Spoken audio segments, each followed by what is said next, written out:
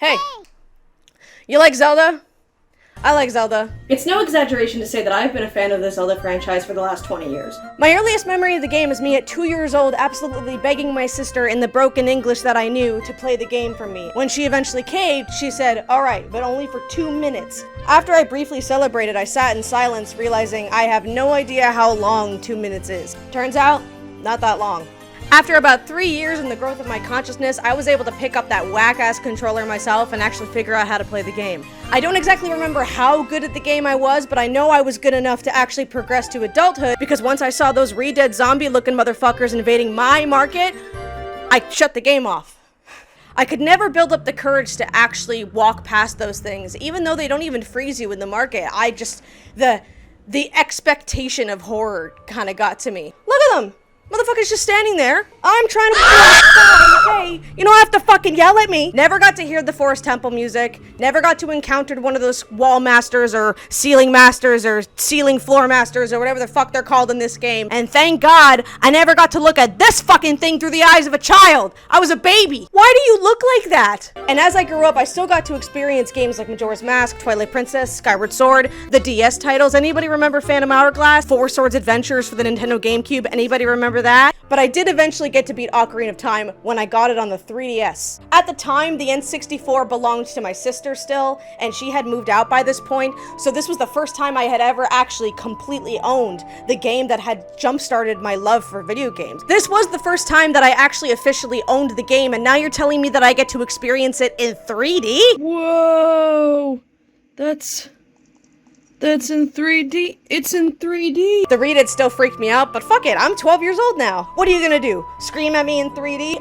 Yeah, I sure hope it does. I know that there's still a debate going on about the fact that Majora's Mask 3D takes away a lot of things that were in the original game, like the spin trick you can do as the Deku Scrub, or how you can, like, be a dolphin as a Zora, which makes sense. I honestly think that this remake on the 3DS is the better version. I like how they refreshed the iconic aesthetic of the icons without taking away what made them iconic. I love that you can now move your 3DS to aim that fuck-ass slingshot. You can now experience the Master Quest dungeon, so you basically get to play your favorite game twice. I actually didn't beat Master Quest on the 3DS. I got stuck at the Spirit Temple and I refused to look up how to solve it, so I've been stuck there for the last like 10 years. You know how everyone says that your favorite games are only the games that you played when you were 12? While I think that statement is a bit exaggerated, I can actually see why people would think that way. For one reason or another, 12 is a pretty important age for everybody. Not only is your mind growing and changing, but you might be on your way to high school, and all of a sudden, you're going up to your mom and you're going, "I'm basically a teenager. Oh my god, I'm 13 now, Mom. I can do what I want. I'm 13. Onision told me." Getting to finally beat the game that had ignited my love for video games to begin with felt like I had started a new chapter in my life. I felt like I was becoming a big boy. Mommy, wow, I'm a big kid now.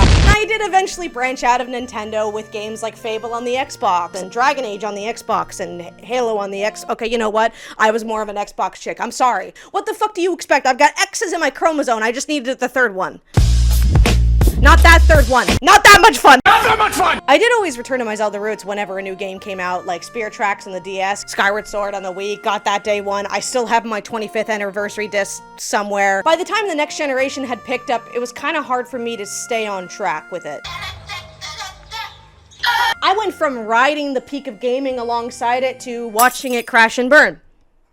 Again, to put it in perspective, while everyone else was going out buying their day one Switches to play Breath of the Wild for the first time, I bought this exact copy of Majora's Mask for the 3DS.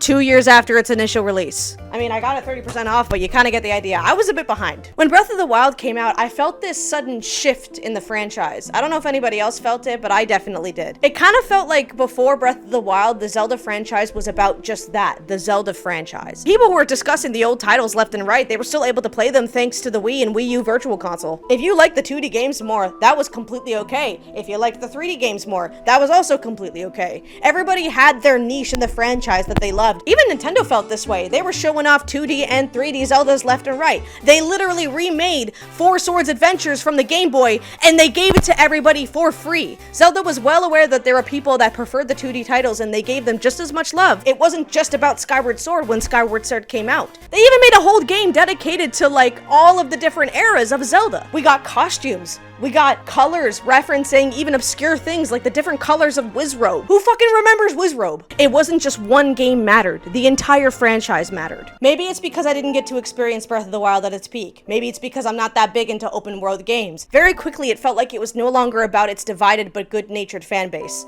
It was about Breath of the Wild. Don't get me wrong, I get it. That game was legendary in its own way. I'm not gonna sit here and pretend like Breath of the Wild wasn't revolutionary. I'm not gonna sit here and pretend like I'm better than all other gamer girls with colored hair because they started with this game and I started with this game. At this point, I'm just venting. Don't take my feelings as fact. I ain't here to scuffle.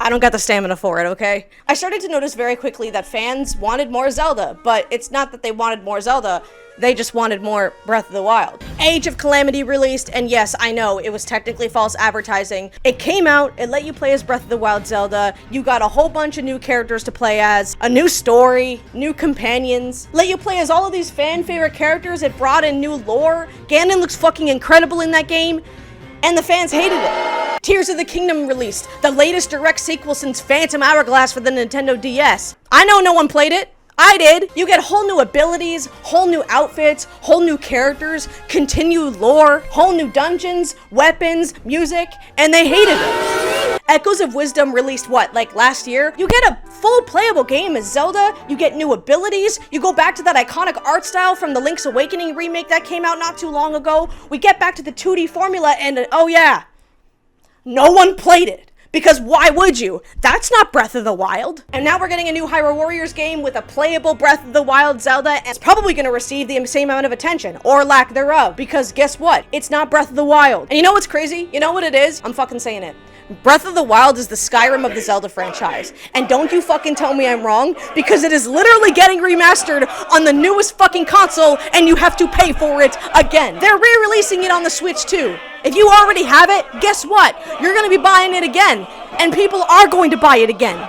Just like they did with Skyrim. When Nintendo announced that Deku Tree Lego that didn't just include Breath of the Wild Deku Tree, but also Ocarina of Time's Deku Tree, I was shocked to see that Nintendo had even acknowledged their previous titles. In the Ocarina of Time version of the set, there was references in hidden little compartments, and it was like, what, $400-500 Canadian? Sometimes I'll get curious and I'll go to the official Nintendo store, or I'll simply Google Zelda merch, and of course, it's Wilds Era merch. Only Wilds Era, and it drives me bananas. When I look at this from afar, especially as someone that joined this franchise when it was a lot more linear with its gameplay and complex with its storytelling, it's kind of a shame to see. I really wish games like Twilight Princess and Spirit Tracks had gotten this amount of attention. You know, a game where you can play as Zelda! The fact that Zelda fans have been begging for a playable Zelda for years, but then they refuse to buy the games where you get a playable Zelda actually drives me nuts. It kind of makes me wish that the other games got this kind of love. Like, yeah, we got remakes, but you can barely play them anymore. We get the worst version of some of our favorite games on the Nintendo Online system, besides Majora's Mask, because let's be real,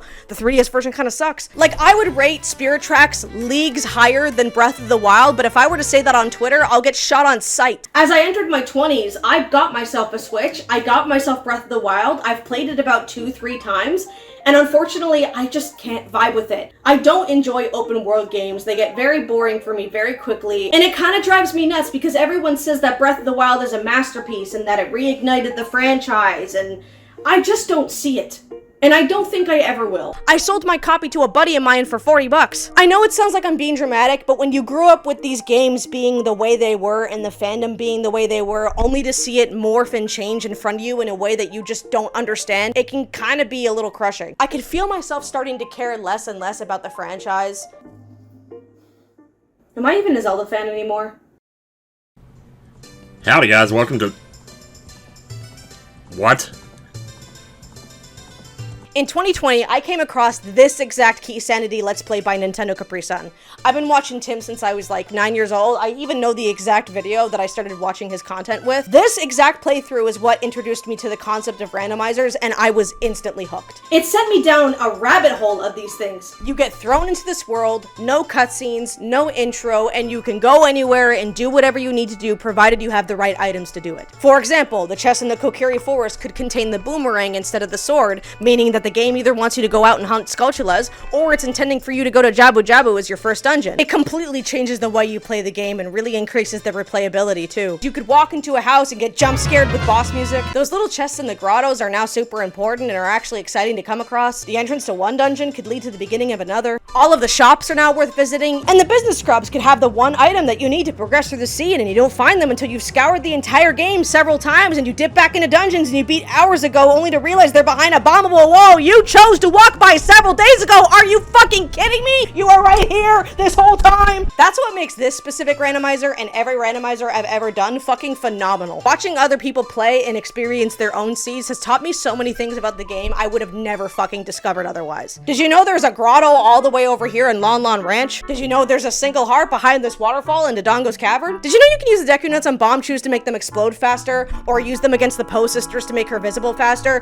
or use them on Goma to make her stunned faster? I didn't realize that nuts were actually the meta. I understand why men like theirs so much. The fact that there was a new way to play these old titles now was just so refreshing, and this was even back before the 2022 leak. If you've done as many randomizer runs as I have, when you go back to the vanilla game, it kind of messes with your head a little bit. I remember just playing the regular game on my Switch one time, and I ran past that grotto in Lon Lon Ranch, stopped, and went, oh fuck, I should go see what's down there, only to realize that, oh yeah, I'm just playing Ocarina of Time. There's absolutely nothing down there. And I've done so many runs, man. I've done regular runs where only the chests are randomized. I've done multiplayer runs with my buddies where if they go get their sword, it ends up going to me and I might have their hook shot. The most recent run I did had keys randomized, scrubs randomized, grottos randomized, shops randomized. I mean, next time I play, I might try Token Sanity, which randomizes all of the Skulltula tokens into the logic. You might be thinking, Starla, what if I don't know where all the Skulltulas are? What if I'm a dumb little baby? Hey, I'm a dumb little baby too. I don't fucking know where they are. Thankfully, the website you make your seed on has a tab called Detailed Logic where you can specifically exclude location and rewards if it's just not something you want to deal with. I mean, you can skip the entire child stealth section if you want. You can make it so as soon as you unlock Epona's song, Epona is immediately available for you, skipping both races. And if you're like me and your dog ass at Bombchu Bowling, you can exclude all 3 rewards so you never have to step in and look at that actual hellhole ever again. She does kind of look like me though.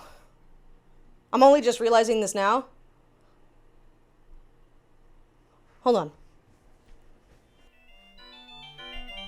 I make it work. Is it a bit much to say that Zelda Randomizers saved the franchise? Sure.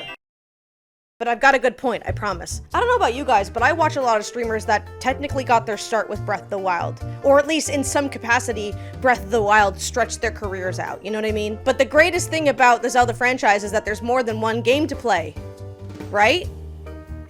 Right? I think there's a reason why these so-called Zelda pros are now jumping into these old games. Because of their love for Breath of the Wild, they branched out and played some of the older games, but they didn't just play some of the older games, like Point Crow's recent playthrough of Twilight Princess. They were doing randomizers. And it's great because I think it does give them a break from doing the same Wild era challenges over and over and over. It's the replayability that keeps bringing them back, and it's definitely raking in the viewers, even more so than their Breath of the Wild challenges sometimes. People have been trying to break these games for a long time, and randomizers were just the start of that. I mean, people love to peek behind the curtain and find secrets and new discoveries to some of their favorite games. She says, I'm talking to you, buddy. The randomizers don't just create new ways to play these iconic games. They create content around these iconic games, whether they're 2D or 3D. They quite literally have a new reason to find secrets and discoveries to some of our favorite games. Shout out my boy, She Said. Can you a boundary break of my brain? Like the Deku Nut tricks I was talking about earlier, I would not have discovered that in just vanilla Ocarina of Time. Fans have even found ways to run randomizers of 2 entirely separate games and connect them. When I was watching Linkus's randomizer and he walked through the Happy Mask shop and ended up in fucking Clocktown,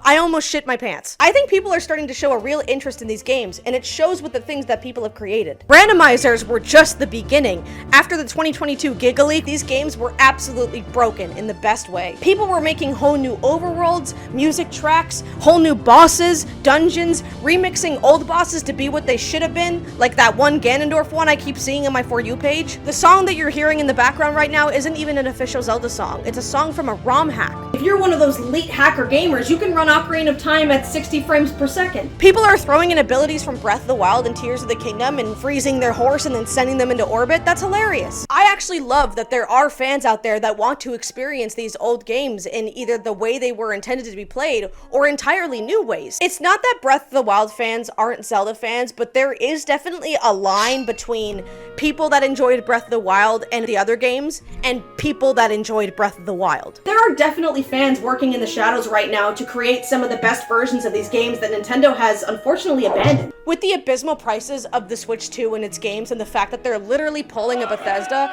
reselling Breath of the Wild and Tears of the Kingdom for more money with almost no new content, at least Bethesda brought back mods for console.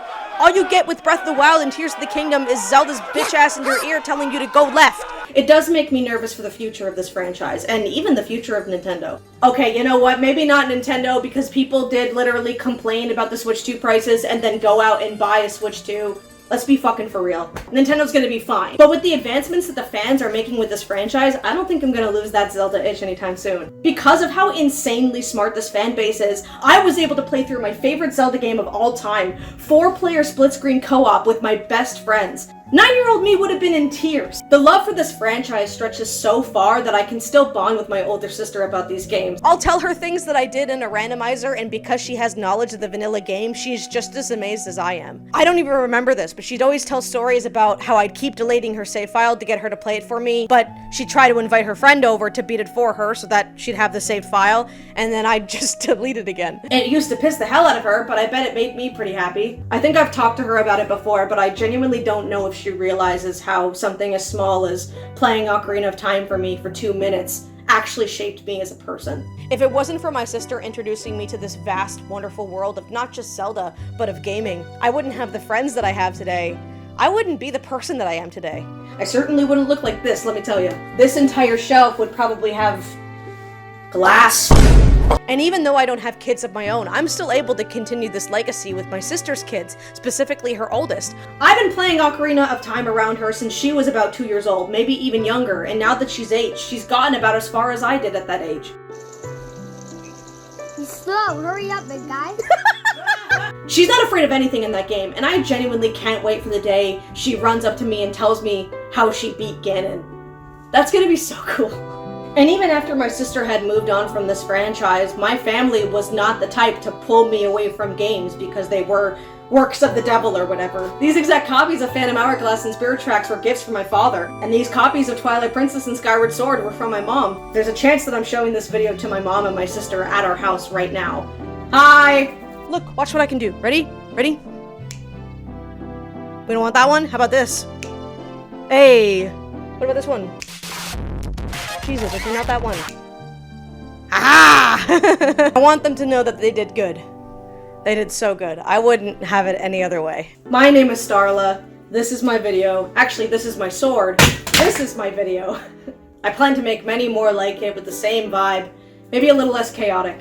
If you're down with the vibe, feel free to subscribe. I wrote down, holy shit, I didn't even know that was gonna rhyme. I remember that. I remember being like, wait a minute. Hey, shoot for the stars. I'll see you next time. That's so fucking corny, dog.